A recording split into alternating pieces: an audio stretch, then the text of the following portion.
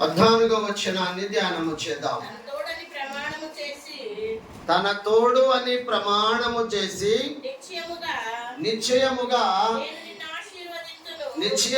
నేను నిన్ను ఆశీర్వదింతును, నిశ్చయముగా నిన్ను విస్తరింపచేతును అని చెప్పాను. ఆ మాట నమ్మి అతడు ఓర్పుతో సహించి హల్లెలూయా.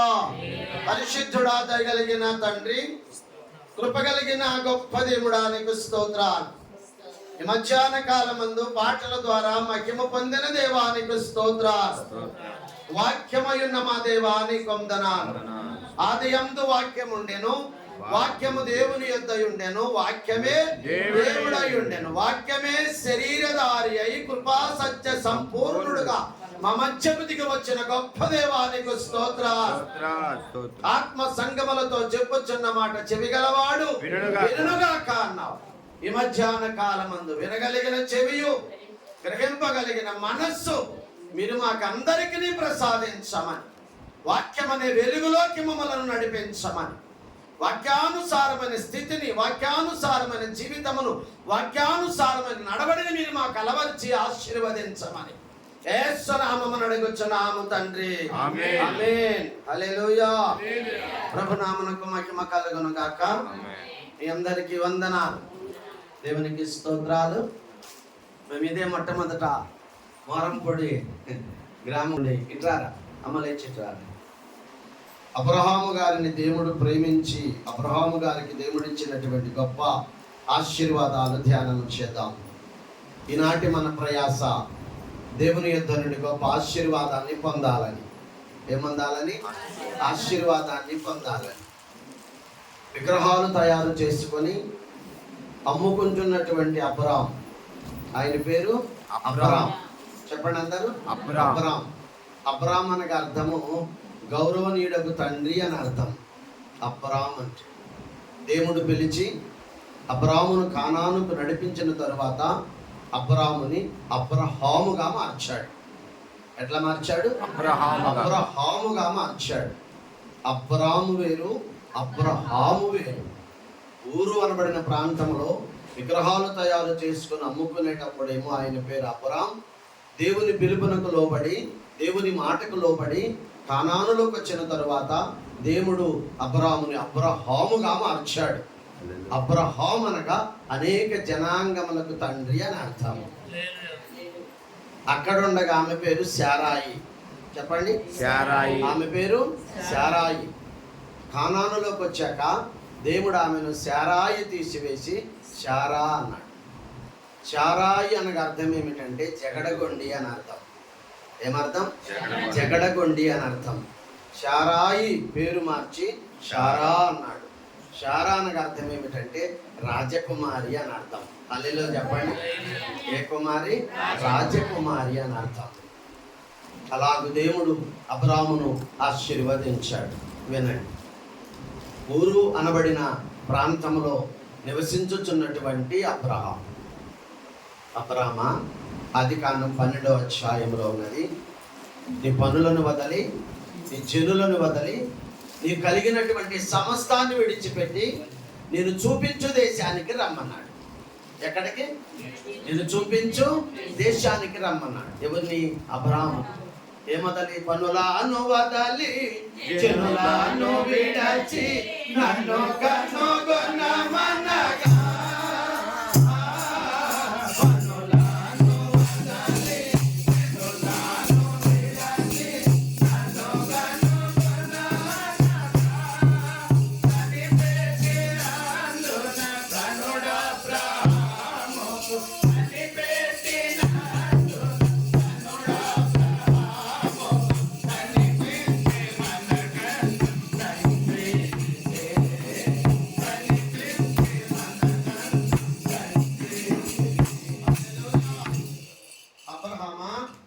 కలిగినటువంటి సమస్తాన్ని విడిచిపెట్టి నేను చూపించే దేశానికి రమ్మన్నాడు.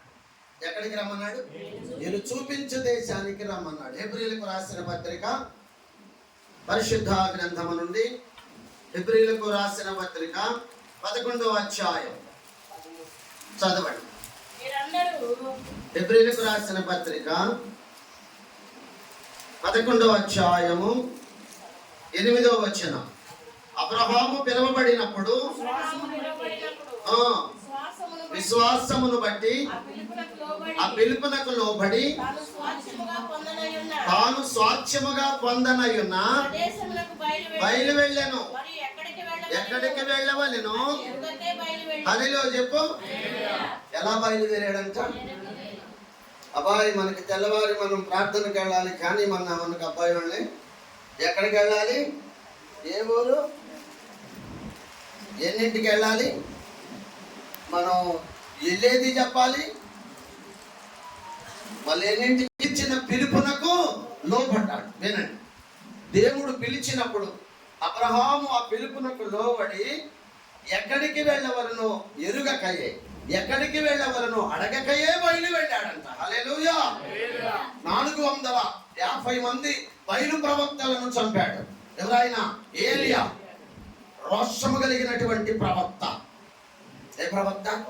రోషము కలిగినటువంటి ప్రవక్త, ఆత్మపూర్ణుడైనటువంటి ప్రవక్త ఏలియాగా 450 మంది బయలు ప్రవక్తలను చంపిన తరువాత ఆయన పారిపోయాడు. బదరి వృక్షం కింద పడుకున్నాడు. దేవుని దూతొచ్చి ఏలియాతో మాట్లాడి అప్పమును కాల్చి రొట్టెలు కాల్చి ఏలియాకు పెట్టి, ఏలియా నువ్వు లే, ప్రయాణమై దమస్కు పట్టణానికి వెళ్ళు. హల్లెలూయా చెప్పు. ఎక్కడికి వెళ్ళమంది? దమస్కు పట్టణానికి వెళ్ళమంది. ఏలియా గారు లేచి దమస్కు పట్టణానికి ప్రయాణమయ్యాడు. దమస్కు పట్టణముకు వెళ్ళాడు. 40 దినాలు ప్రయాణం చేసి ఈయన వెళ్ళేటప్పటికి దమస్కు పట్టణ ఊరు వెలుపల గొప్ప భూస్వామి అయినటువంటి ఎలీషా గారు అరక దున్నుతున్నాడంట. ఏం చేస్తున్నాడు? అరక దున్నుతున్నాడు. ఎవరైనా? ఎలీషా గారు. అంటే వ్యవసాయం చేస్తున్నటువంటి గొప్ప భాగ్యవంతుడు, ధనవంతుడు, భూస్వామి ఎలీషా గారు. ఏలియా గారు వచ్చాడు ఆయన దగ్గరికి. చూడండి బిడ్డ, ఏలియా గారు వచ్చి ఆయన చూశాడు. ఆయన ఎలీషాని ఎరిగి తెలుసుకున్నాడు. ఎలీషా గారితో ఏమీ మాట్లాడాల. అర్థమవుతుందా వాక్యం మీకు? ఎలీషా గారితో ఏమీ మాట్లాడాల. ఆయన మీద ఉన్నటువంటి పై వస్త్రం. ఏ వస్త్రం? ఏలియా గారి మీద ఉన్నటువంటి పై వస్త్రం. ఈ పై వస్త్రం అలాగూ చేపట్టి అరక దున్నుతున్నటువంటి ఎలీషా గారి భుజాన వేశాడంట. హల్లెలూయా చెప్పు. దేని మీద వేశాడు? ఈయన మీద ఉన్న పై వస్త్రము తీసి ఆయన భుజాన వేశాడు. ఎప్పుడైతే ఈ వస్త్రము ఆయన భుజాన పడిందో ఆయన ఏం చేశాడు? గూడు మీద పడినటువంటి వస్త్రాన్ని చేపట్టాడు, పట్టుకున్న అరకను వదిలిపెట్టాడు. ఆ వరస ఇప్పుడు కుదురుతంటారా? చెప్పాలి. ఏంటి దేశావు అన్నాడా? నువ్వు ఎవరు అయ్యా అన్నాడా? నా మీద నీ వస్త్రం తీసి ఎందుకు వేసావు అన్నాడా? అన్నలా బిడ్డ, ఆయన తెచ్చిన వస్త్రం నేను భుజాన పడింది. ఆ భుజం మీద పడినటువంటి వస్త్రాన్ని పట్టుకున్నాడు, చేతిలో నరకను విడిచిపెట్టాడు. విడిచిపెట్టి ఆ ఎద్దులను నరికించాడు, అరకలను నరికించాడు, గొప్ప విందు ఏర్పాటు చేశాడు, వారందరికీ భోజనం పెట్టించాడు, తనకు కలిగిన సమస్తాన్ని విడిచిపెట్టాడు. ఏలియా పిలుపునకు ఎలీషా లోపడ్డాడు. ఇక ఎలీషా ఏలియాను వెంబడించటం మొదలు పెట్టాడు. అదేదో చెప్పండి. ఏం చేయటం మొదలు పెట్టాడు? ఎలీషా గారు ఏలియాను వెంబడించటం ఎన్నాళ్ళు? 12 సంవత్సరాలు వెంబడించాడు. ఏలియా పిలుపునకు ఎలీషా లోపడ్డాడు. చెప్పండి. అబ్రహాము దేవుని పిలుపునకు అబ్రహాము లోపడ్డాడు. ఇంకా చెప్పేదా? ఉదయకాలం ప్రభువంట ఎన్నేరేతు సరస్సు దగ్గర కూర్చున్నాడంట. చెప్పండి. ఎన్నేరేతు సరస్సు దగ్గర కూర్చున్నాడు ఉదయకాలం. ఎవరు? ప్రభు అయినా యేసుక్రీస్తు. ఒక ఆయనే వలతోని ఆ సరస్సులోకి వేసి రాత్రంతా వలేశాడంట. ఎట్లేసాడు? రాత్రంతా వలేసి, రాత్రంతా శ్రమ పడినా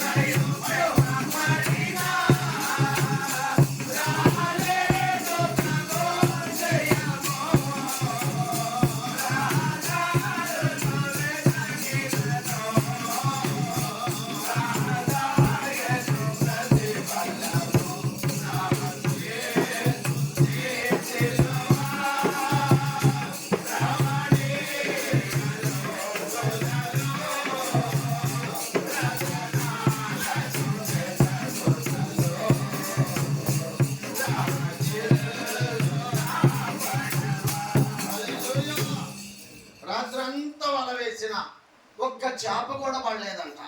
ఎవరైనా? పేతురు గారు. చెప్పాలి, పేతురు గారు. ఆ ఒడ్డుకొచ్చి, ఆ కెన్నేరేతు సరస్సు ఒడ్డుకొచ్చి ఎంతో విసుగుదలగా ఆ వలంతా తులుపుకుంటున్నాడంట. ఒక్క చేప కూడా పడలేదు. ప్రభు చూశాడు, పోయి నీ దోణిని మరల సరస్సులోకి పోనివ్వమన్నాడు. ఆ వలేసుకున్నాడు. ఎందుకయ్యా రాత్రంతా వేశా, ఒక్క చేప కూడా పడలేదు అన్నాడా? అనలా. వెంటనే ప్రభు మాటకు లోబడి దోనెక్కాడు, ప్రభువునెక్కించుకున్నాడు. ఈ వల దోణిలో వేసుకున్నాడు. ఆ సరస్సులోనికి వెళ్ళాడు. ప్రభు అన్నాడు, పోయి నీ దోణి లోతుకు పోనివ్వమన్నాడు. ఎక్కడికంట? లోతుకు పోనివ్వమన్నాడు. ఆ దోణి లోతుకు పోనిచ్చిన తరువాత మనము కూడా ఆత్మానుసారమైన స్థితిలో లోతైన అనుభవాన్ని కలిగి ఉండాలి. ఏ స్థితి? లోతైన అనుభవాన్ని కలిగి ఉండాలి. వెళ్ళేవారుగా ఉండకూడదు, వచ్చేవారుగా ఉండకూడదు, నామకార్థముగా ఉండకూడదు. మేము సాయిబులో ప్రభువుని ఎరిగినటువంటి వారు 70-80 సంవత్సరాల నుండి మా తోట గ్రామంలో దేవుని పరిచర్య చేయుచున్నటువంటి దేవుని దీనదాసులం. ఆయన పనిలో ఉన్నవారు, లోతుగా దేవుని ఎరిగి తెలుసుకున్నటువంటి వారు. మా సాయిబులు ఎంతమంది ఎన్ని నిందలు వేసినా, ఎన్ని అవమానాలు వేసినా, ఎన్ని అవమానాలు పెట్టినా మన ఆయన మా ప్రభుని విడిచిపెట్టలేదు. విడిచిపెట్టలా? ప్రభుని విడిచిపెట్టలేదు. హల్లెలూయా. ఏ అనుభవం? లోతైన అనుభవం హెజ్కేలు గ్రంథంలో ఉంది. మీకు అర్థమవుతుందా నా బాధ? హెజ్కేలు గ్రంథంలో దేవుడే ఆత్మచేత హెజ్కేలు కొనుక్కోబడినప్పుడే కొలనూలు తీసుకొని హెజ్కేలు ఒక నదిలోకి దింపాడంట. ఎక్కడికి దింపాడు? ఒక నదిలోకి దింపితే ఆ నీళ్లు చీలమండలంలోకి వచ్చినాయి. ఎంత వచ్చినాయి? చీలమండలం అంటే గిలక, అక్కడ దాకొచ్చినాయి. ఆ అనుభవం. అక్కడి నుంచి కొలనూలుతో మళ్ళా కొలిచి లోపలికి పోదా అన్నాడు. లోపలికి వెళ్ళేటప్పటికి నీళ్లు మోకాళ్ళలోకి వచ్చినాయి. ఎంత వచ్చినాయి? మోకాళ్ళలోకి వచ్చినాయి. మరలా కొలనూలుతో కొలిచి హెజ్కేలు ఇంకొంచెం లోపలికి పోదా అన్నాడు. ఇంకొంచెం లోపలికి వెళ్ళేటప్పటికి నీళ్లు నడుముల్లోకి వచ్చినాయి. ఇప్పుడు ఎన్ని అనుభవాలు చెప్పాను? 3 చెప్పా. ఒకటి చీలమండలం అనుభవం, 2 మోకాళ్ళ అనుభవం, 3 ఈ నడు వరకు వచ్చింది. మళ్ళా కొలనూలు తీసుకొని కొలిచి హెజ్కేలు లోపలికి పద అన్నాడు. వెళ్ళేటప్పటికి ఏదలేనంత లోతు వచ్చేసిందంట. ఎంత లోతు? ఏదలేనంత. 4 అనుభవాలు ఉన్నాయి ఇక్కడ. చెప్పేదా? చీలమండల అనుభవానిగా మందిరానికి వెళ్ళగలిగిన అనుభవాన్ని కలిగి ఉండాలి. ఇంట్లో దీన్ని కొనుక్కోకూడదు. ప్రభువుని ఎరిగాక ఈ అనుభవం ఉండాలి. మందిరానికి వెళ్ళగలిగిన అనుభవం ఉండాలి. అది మొట్టమొదటి విశ్వాసకు ఉండవలసిన అనుభవం. 2 మళ్ళా కొలితే నీళ్ళు ఎక్కడ దాకా వచ్చినాయి? మోకాళ్ళ దాకా వచ్చినాయి. ఇదే అనుభవం, మోకాళ్ళ అనుభవం. మోకరించగలిగిన అనుభవాన్ని కలిగి ఉండాలి. ఏకాంత స్థలము చేరి మోకాళ్ళ మీద ఉండి లోకాశ్చర్య మధ్యలోనికి రానివ్వకుండా దేవునికి ప్రార్థన చేయగలగాలి. చేయగలిగితే ఆకాశం అందున దేవుడు మనతో ముఖాముఖిగా మాట్లాడగలిగినటువంటి గొప్ప దేవుడు ఆయన. హల్లెలూయా. మోకాళ్ళ అనుభవం. ప్రతి రాత్రి యేసయ్య ఉదయవేళ కొండ మీదకి వెళ్ళి రాత్రి అంతా మోకాళ్ళను దేవునికి ప్రార్థన చేసిన అనుభవం. అది మోకాళ్ళ అనుభవం. 3 నడుముల్లోకి వచ్చింది. ఇది బాప్తీస అనుభవం.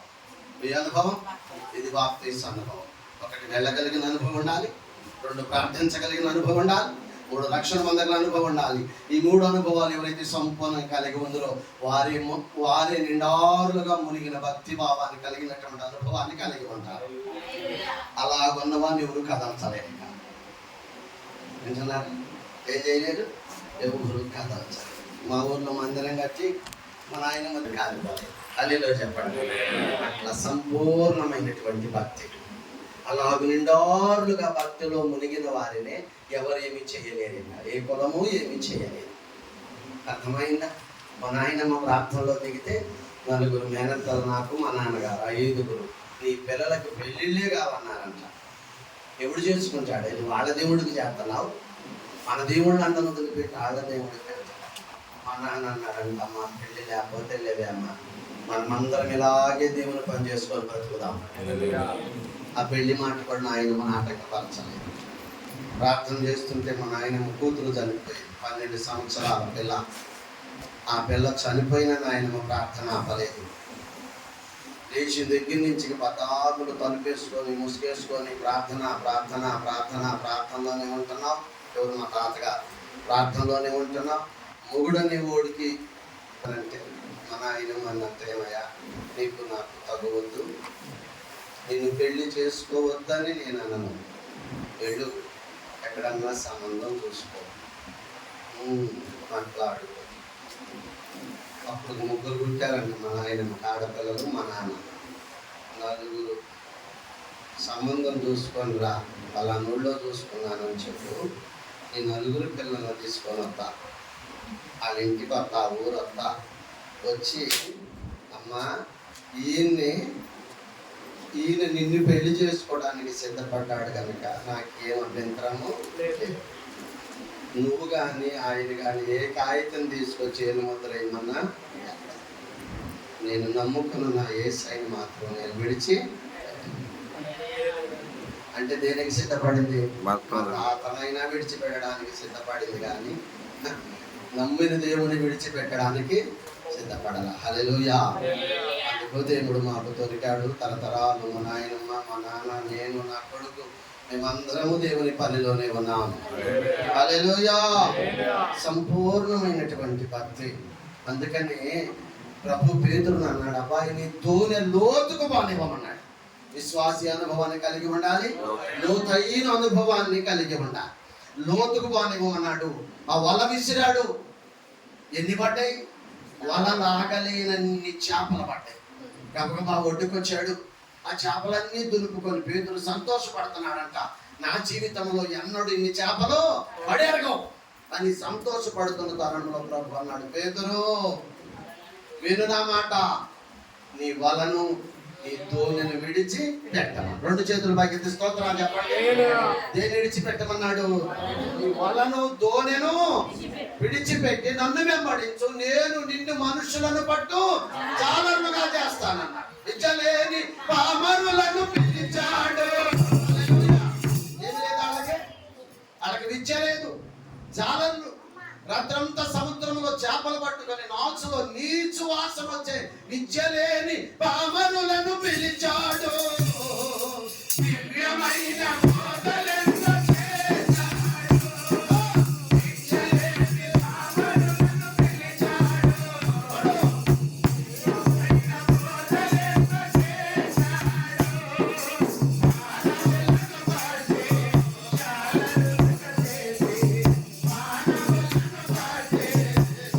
చేశాడు.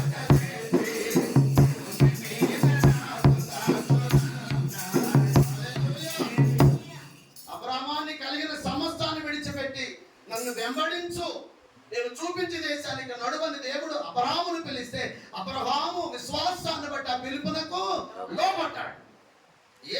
ఎలీషా మీద తన వైవస్త్రం వేయగానే ఎలీషా తన కలిగిన సమస్తాన్ని విడిచిపెట్టి ఏలియాను వెంబడించాడు.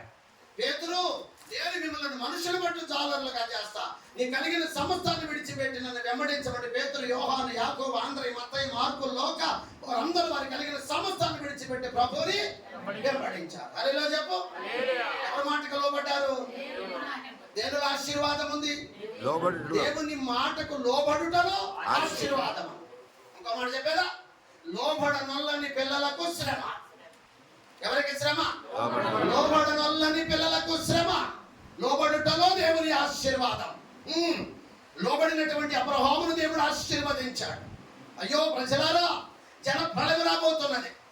దేవుని ఊకిత ప్రజల మీదకి రాబోతున్నది. దేవుడు ఆకాశత్వములు తెరవబడుతున్నాడు.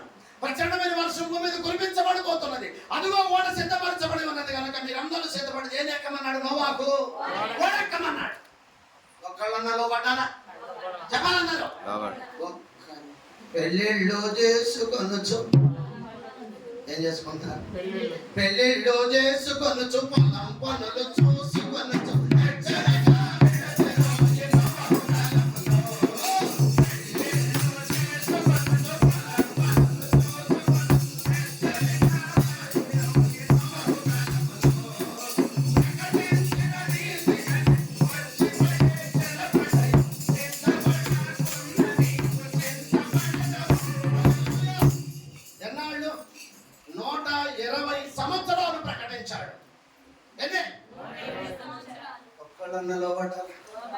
ఒక్కళ్ళన్నా నమ్మారా? ఎవరి మాట? దేవుని మాట. అర్థమైందా? ఏమర్థమైంది? పెళ్ళిళ్ళు చేసుకొనొచ్చు, పొలం పనులు చూసుకొనొచ్చు, హెచ్చరిక విడచెరు నోవాహు కాలములో దేవుని హెచ్చరికను విడిచిపెట్టారు. ప్రకటించిన రీతిగానే వచ్చి పడే జల ప్రళయము సిద్ధపడగొన్న నీవు చింతపడగవు ఓ క్రైస్తవ.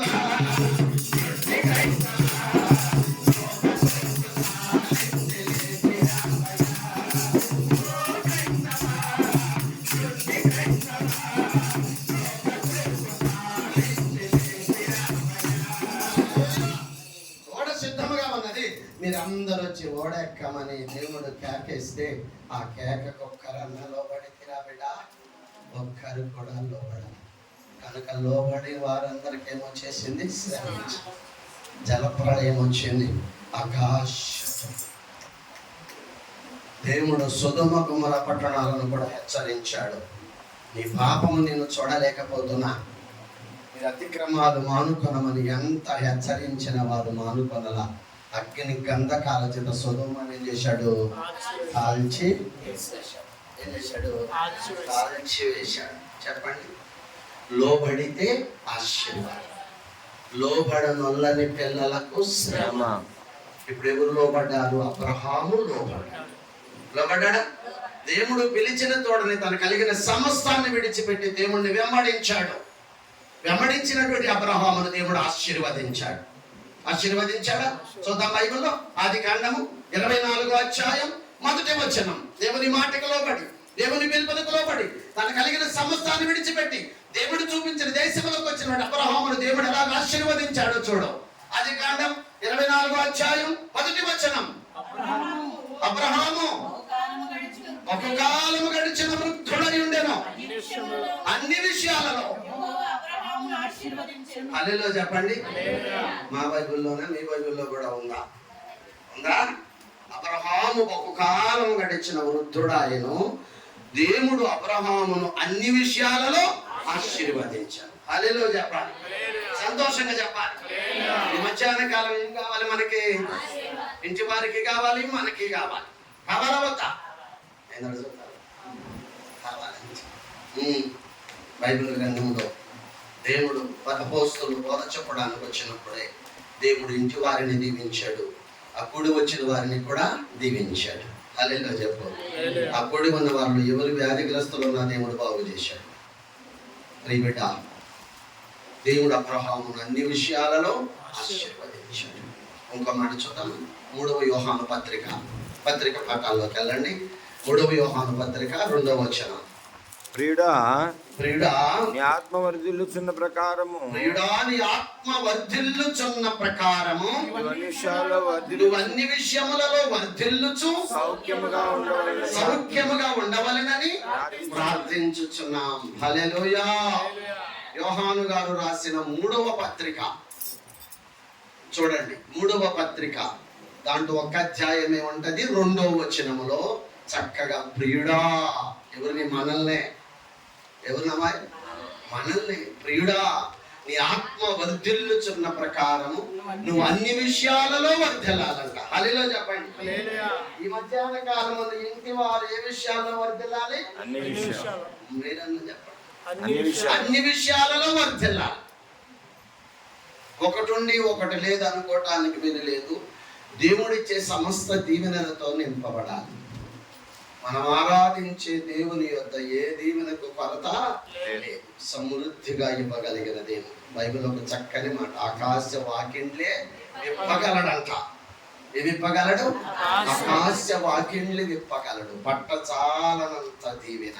ప్రియుడా, ఆ చక్కని మాట జ్ఞాపకం పెట్టుకోండి. ప్రియుడా, నీ ఆత్మ వర్ధిల్లుచున్న ప్రకారము నువ్వు అన్ని విషయాలలో వర్ధిల్లుచు సౌఖ్యముగా. ఈ వాగ్దానం ఎవరి పట్ల మొట్టమొదట నెరవేర్చబడినదంటే అబ్రహాము పట్ల. ఎవరి పట్ల?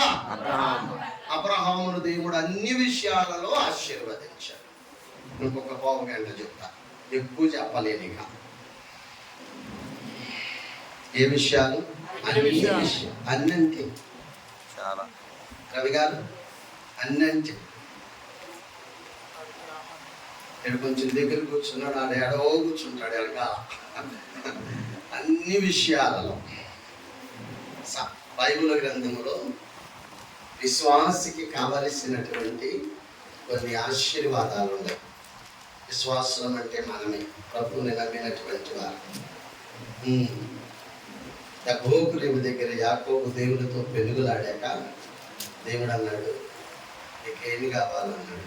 ఏమవుతాయా, నన్ను ఆశీర్వదించు. అల్లిలో చెప్పండి, ఏమన్నాడు? నన్ను ఆశీర్వదించు. గుర్తుపెట్టుకోండి. 2 యబ్బేజు ఉన్నాడు దినవృత్తాంతాల గ్రంథంలో ఒక ఆయన. యబ్బేజు యెహోవాకు ప్రార్థన చేసి, యెహోవా నిత్యముగా నీవు నన్ను ఆశీర్వదించు. 3 దావీదు మహారాజు ప్రార్థన చేశాడయ్యా, నీ దాసుడనైన నా కుటుంబము నిత్యము నీ సన్నిధిలో ఉండులాగున దానిని ఆశీర్వదించు. వీరందరూ ఏం కోరుకుంటున్నారు? పేతురు పత్రికలో చూడు,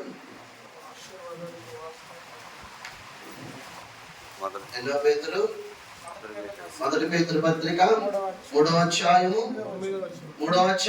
9వ వచనం. ఆశీర్వాదమునకు వారసులగుటకు మీరు పిలువబడి. మొదటి పేతురు పత్రిక 3వ అధ్యాయము 9వ వచనం. ఆశీర్వాదమునకు వారసులగుటకే మీరు పిలువబడి. హల్లెలూయా.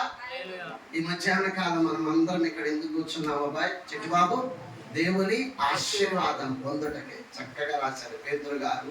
ఒకప్పుడు లోకంలో ఉన్న మనం అందరం ఈనాడు ప్రభువులోకి పిలువబడ్డాం. ఎందుకో తెలుసా? దేవుని ఆశీర్వాదాన్ని పొందడానికి. ఏం పొందడానికి? అట్టి ఆశీర్వాదం అబ్రహాం అడిగాడు, అట్టి ఆశీర్వాదం యాకోబు అడిగాడు, అట్టి ఆశీర్వాదం యెబ్బేజు అడిగాడు, అట్టి ఆశీర్వాదము దావీదు అడిగాడు. ఇంకా చూపించేదా? లోకా సువార్త పరిశుద్ధ గ్రంథము నుండి లోకా సువార్త ఆఖరి అధ్యాయము, లోకా సువార్త ఎన్నో అధ్యాయము? 24వ అధ్యాయము 50వ వచనం. ఆయన 24వ అధ్యాయం 50వ వచనం. ఆయన బేతనియా వరకు వారు తీసుకొని పోయి చేతులెత్తి బలిలో చెప్ప. మళ్ళా వచ్చింది ఆశీర్వాదం. ఏం చేశాడు ఆయన? ఆయన తన శిష్యులను బేతనియా వరకు వెంట పెట్టుకొని వెళ్ళి అక్కడికి వెళ్ళిన తరువాత 2 చేతులెత్తి వారిని ఆశీర్వదించాడంట. 2 చేతుల పైకి స్తోత్రాలు చెప్పండి. ఎంత మంచి దేవుడో! ఆయనలో గొప్ప ఆశీర్వాదం ఉన్నది కనుక ఈ మధ్యాహ్న కాలం నందు ఆశీర్వాదానికి వారసులం ఒకటిగా మనం పిలువబడ్డాం.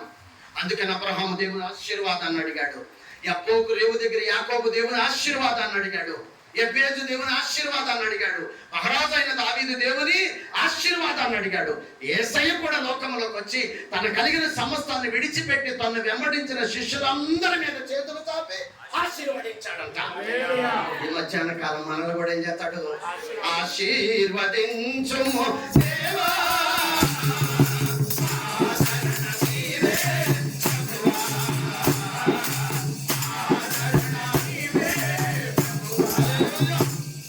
ఆశీర్వాదం ఏమేం కావాలి మనకు? ఆశీర్వాదములు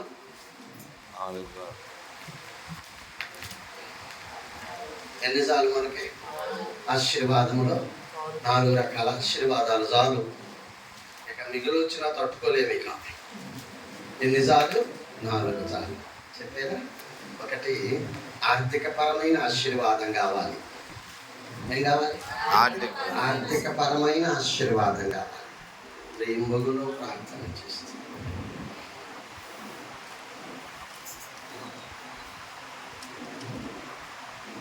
నలుగురు పిల్లలు. మా నాన్న, మా తాత వామాటలు అనేవాడి. ఊళ్ళన్నీ తిరిగి మారంపొడి, పేరగలపొడి, పెద్దపాలెం, నోతక్కి, రామచంద్రపురం, ఏర్లపాలెం, చెరావులు తిరిగి మా తాత పొట్టలో వామాటలు సీసాలు పెట్టుకొని ఆ బొట్టు నెత్తి మీద పెట్టుకొని వామాటలు అమ్మటం, కడుపునేపోవడం. అది అట్టా సోమవారం ఆదివారం తయారు చేసుకొని ఇప్పుడు మనం అందరం అన్నం అంటున్నాం కదా. ఆ పాతకాల వాళ్ళందరూ ఏమనేవాడు? గోవా. ఏమిది? గోవా. మన ఆయన ప్రార్థనలో కూడా, అయ్యా నాకు నా బిడ్డలకు గో పెట్టవా, నాకు నా బిడ్డలకే గో పెట్టవా, గో పెట్టవా, గో పెట్టవా.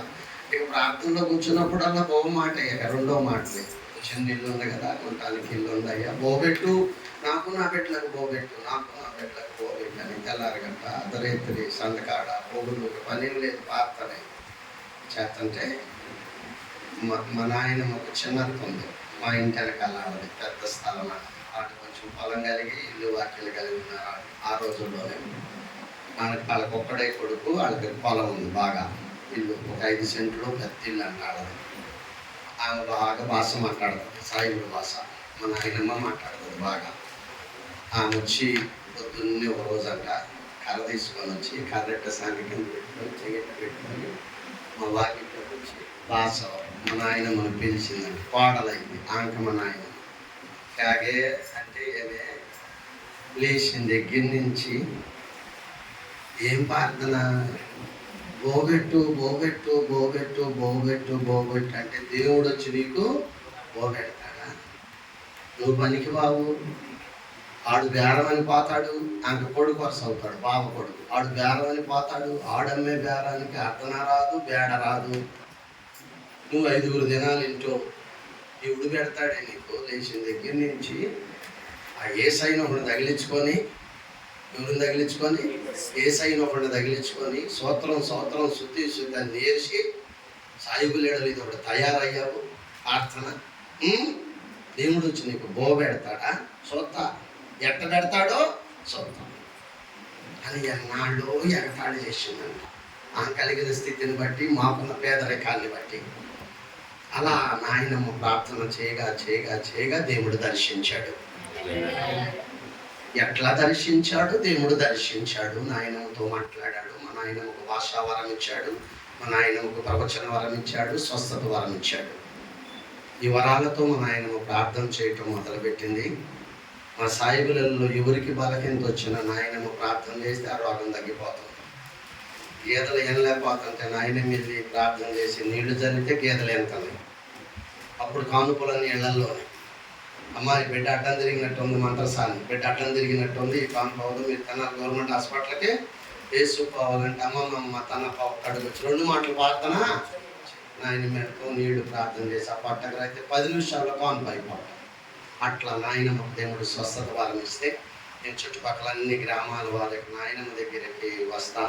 బియ్యం తెచ్చేయడం, వచ్చింద వరుస ఏం తెచ్చేయడం, బియ్యం తెచ్చేయడం, మినుములు తెచ్చేయడం, అట్టిన పాలు క్యాన్లు పోసుకొచ్చి మా నాయనమ్మకు పాలు ఇవ్వడం. అమ్మ పోయిన వారం వచ్చాము, ఈ మాట అడిగితే అవుతుందన్నావా? పని అయిందమ్మా. ఇదిగో మా చేతిలో పండినటువంటి వంకాయలు, ఇదిగో దోసకాయలు, ఇదిగో గోంగ, ఇదిగో కానుక, ఇదిగో 6 బస్తా ఒట్లు అనుకున్నాం, 116 అనుకున్నాం, 116 అనుకున్నాం అని మా ఇంటి ముందు పందిరిలో ప్రార్థన. ముందు పందిరిలో ప్రార్థన, తర్వాత మందిరం కట్టింది. అట్లా అన్నీ తేవడం.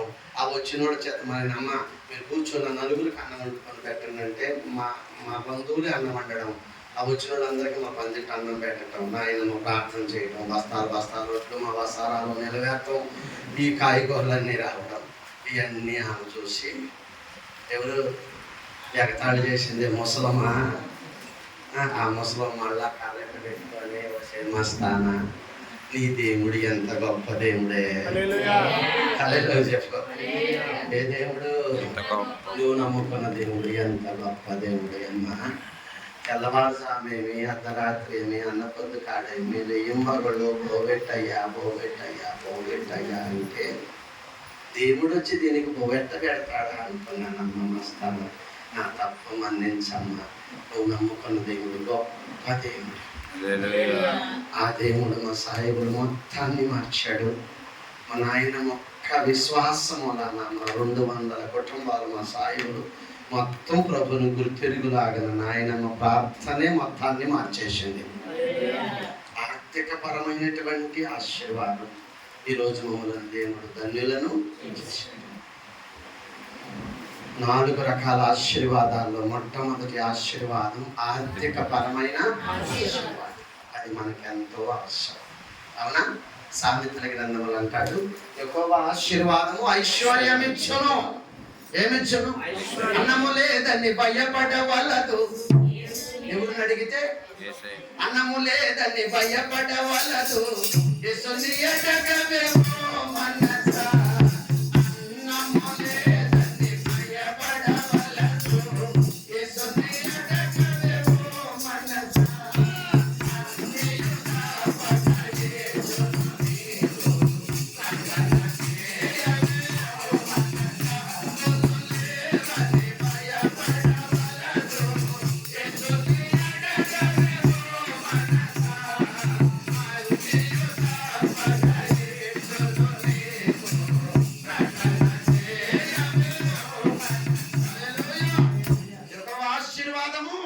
ఐశ్వర్యం ఇచ్చును.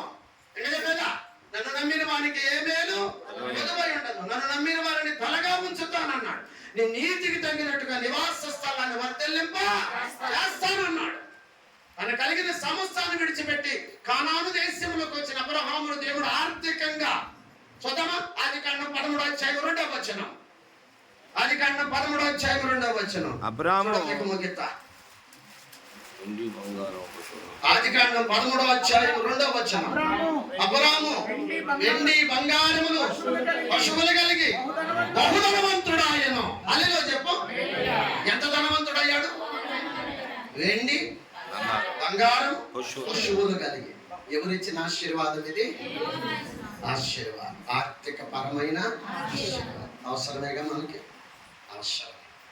దేవుడు మొట్టమొదటి అబ్రహామును ఆర్థికంగా ఆశీర్వదించాడు. వెండి ఇచ్చాడు, బంగారం ఇచ్చాడు, పశువులను ఇచ్చాడు, ఒంటెలను ఇచ్చాడు, వాటిని కాయడానికి దాస్యాన్ని ఇచ్చాడు. కనుక ఇది ఆర్థిక పరమైన ఆశీర్వాదం. 2, అన్నీ ఉండి ఈ రెండోది ఎంతో అవసరం. ఇప్పుడు ఏ దినాల్లో, ఈ కడవరి దినాల్లో ఈ రెండోది అవసరం. ఏంటది? ఆరోగ్యపరమైన ఆశీర్వాదం. ఏం కావాలి? ఆరోగ్యం. అన్నీ ఉండి అది లేనినాడు చెప్పాలి. అన్నీ ఉండి ఆరోగ్యం లేనినాడు ఉన్నదంతా కళ్ళతో చూస్తామే.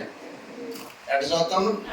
కళ్ళతో చూస్తామే. కళ్ళతో చూస్తాం కాకుండా నీళ్ళు మింగి మెరపడం పోతున్నాయి. ఏమి లేనాడు?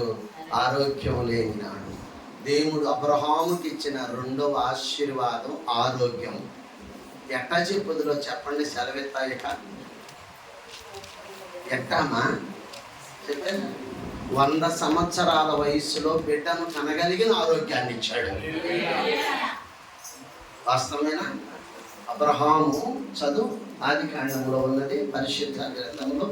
అబ్రహాము బహుకాలము గడిచిన వృద్ధుడై ఉండగా దేవుడు అబ్రహామును దర్శించి, అబ్రహామా నేను సర్వశక్తి కలిగిన ఆదికాండము పరిశుద్ధ గ్రంథము నుండి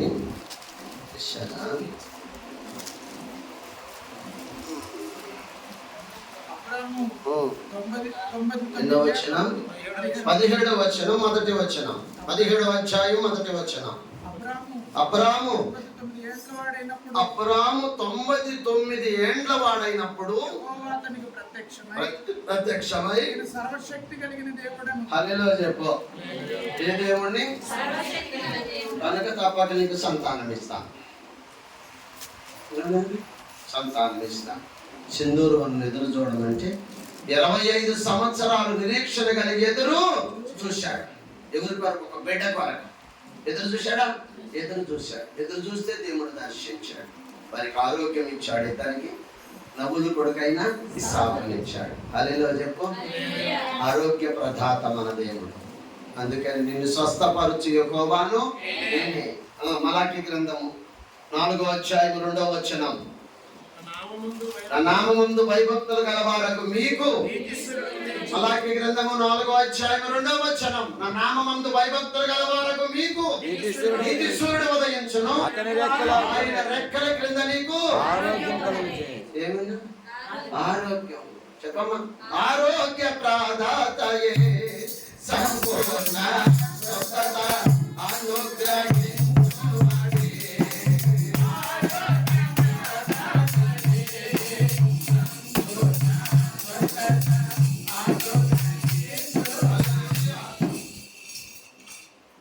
రెండో ఆశీర్వాదం ఏమి ఇచ్చాడు?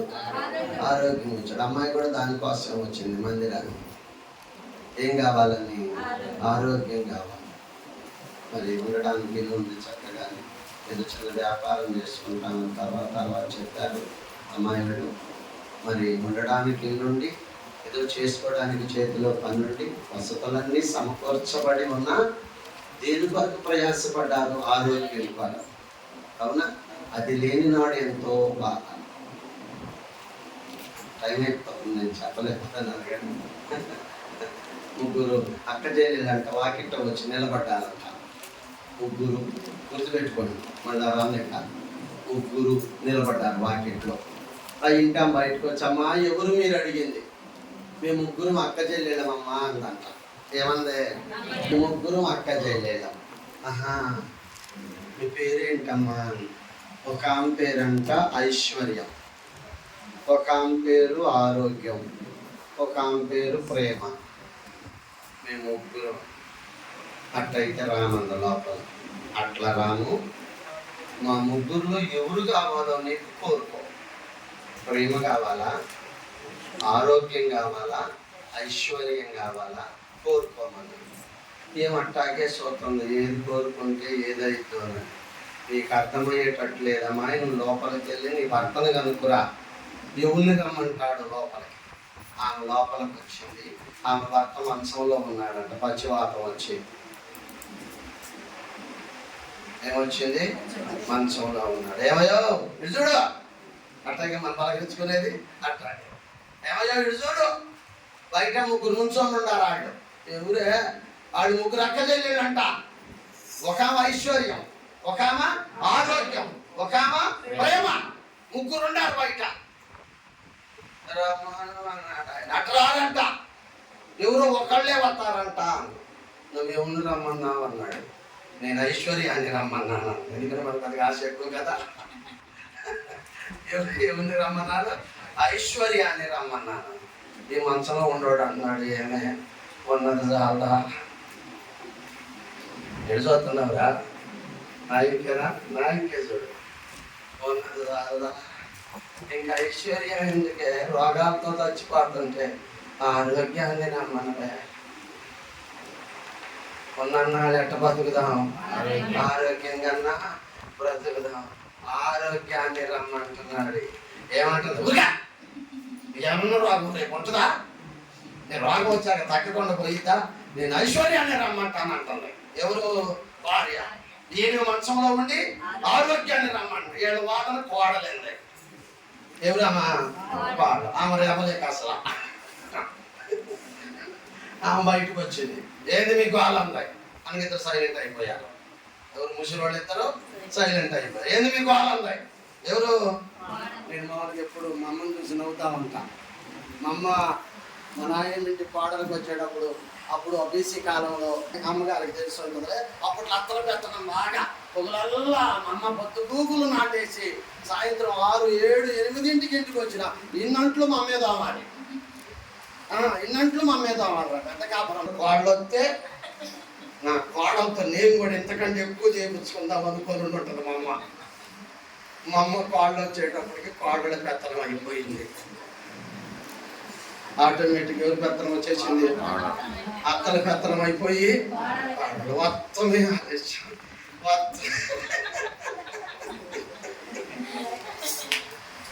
ఓరే అన్ని మాటలు మాట్లాడుతుంటే మీ ఆవిడ నువ్వు మాట్లాడవేందిరా అంటే ఆడన్నాడు ఒకడు. ఆడందే నాది కాదా? నేను కట్టగా ఇది ఉడికిందా? అమ్మాయి తెగ నవ్వుతుంది. దాని మెల్లో నేను తాళి కడితే నా 4 కూడి కింద. ఇది ఎటు పోయిందో తెలియదు. కుక్కలాక్కుపోయి ఉంటాయి దాన్ని. వాళ్ళంటే తను కూడా ఏం లేకుండా అట్టున్నారు. నా సంఘంలో యవనస్తులు మాట్లాడి భార్యలే రెబలం అట్లా అనుకుంటానే. మా అమ్మని చూసినప్పుడు నాకు అదే నవ్వుతుంది. ఎంత ఒదుగొదుగుండేదో మా అమ్మ. ఉంది ఇప్పుడు మా అమ్మ పల్లెపర్ల. మా అమ్మ మా నాన్న సజీవంగా ఉన్నారు, దేవుని పనిలో ఉన్నారు. మా అమ్మ ఎంత ఒదిగుండేదో. మా నాయనమ్మ ఎదుట, మా తాత ఎదుట, మా నాన్న ఎదుట ఎంత భయపడతా ఉండేదో. అట్లా ఈ కాళ్ళు వచ్చి ఏంది మీ గోళ అనగానే ఇద్దరు సైలెంట్ అయ్యారు. ఏది మాట్లాడరే వాళ్ళు? ఏమి లేదమ్మా, బయట ముగ్గురు ఉన్నారు. ఒక ఆమె ఐశ్వర్యం అంట, ఒక ఆమె ఆరోగ్యం అంట, ఒక ఆమె ప్రేమ అంట.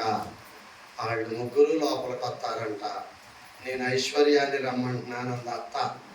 మీ మామయ్య ఏమో ఆరోగ్యం రమ్మంటున్నాడు.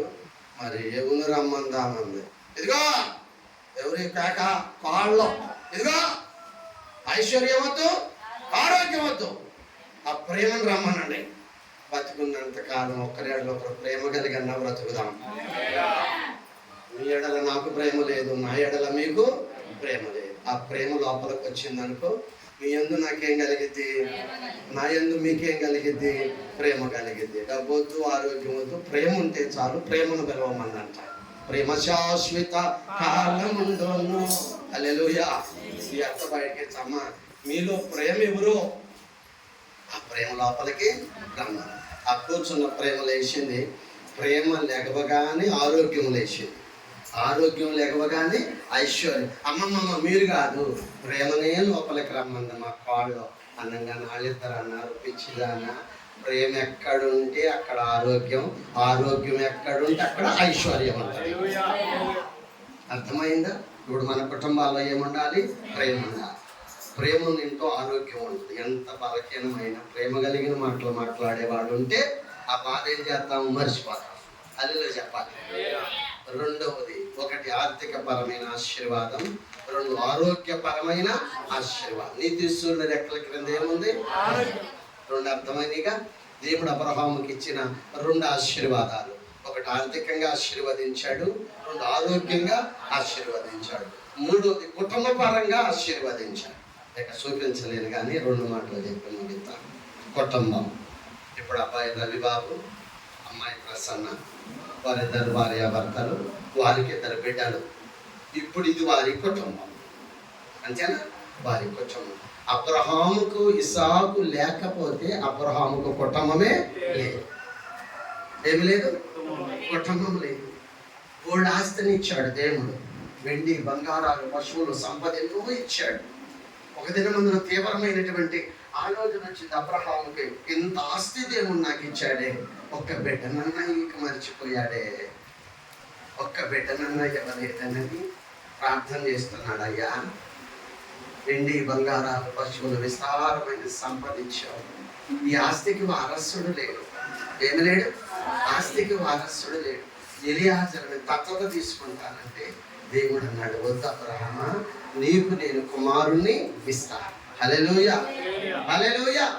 అలా అబ్రహాము నిరీక్షణతో సింధూరు వనంలో కనిపెట్టుకొనక దేవుడు అబ్రహాము గుడారమును దర్శించి అబ్రహామును ఆశీర్వదించి, అబ్రహామా, మరుకాలానికి నీకు నవ్వుల కొడుకు పుట్టునుగాక అన్నాడు. ఏ కొడుకంట? నవ్వుల కొడుకు అనగా ఇస్సాకు. పుట్టాడా? పుట్టాడు. వినండి, అబ్రహాము నందు ఇస్సాకు పుట్టాడు, ఇస్సాకు నందు యాకోబు పుట్టాడు, యాకోబుకు 12 మంది కొడుకులు పుట్టారు. 12 మంది 70 మంది అయ్యారు. 70 మంది కానానులో 30 లక్షల మంది అయ్యారంట. చెప్పు వరుసగా. అబ్రహాములో నుండి ఇస్సాకు, ఇస్సాకులో నుండి యాకోబు, యాకోబులో నుండి ఇజ్రాయేలు, ఇజ్రాయేలీలే 30 లక్షల మంది అయ్యారు. వారంతా ఎవరి సంతానం అంటే అబ్రహాము సంతానం. అంటే దేవుడు కుటుంబ పరంగా ఆశీర్వాదం, వారి వంశావళిని దేవుడు వృద్ధి చేశాడు. ఇది 3వ ఆశీర్వాదం.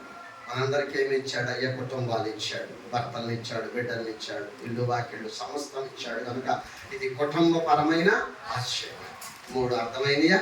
ఒకటి ఆర్థికపరమైన ఆశీర్వాదం, 2 ఆరోగ్యపరమైన ఆశీర్వాదం, 3 కుటుంబపరమైన ఆశీర్వాదం, 4వది సామాజికంగా దీవించాడు.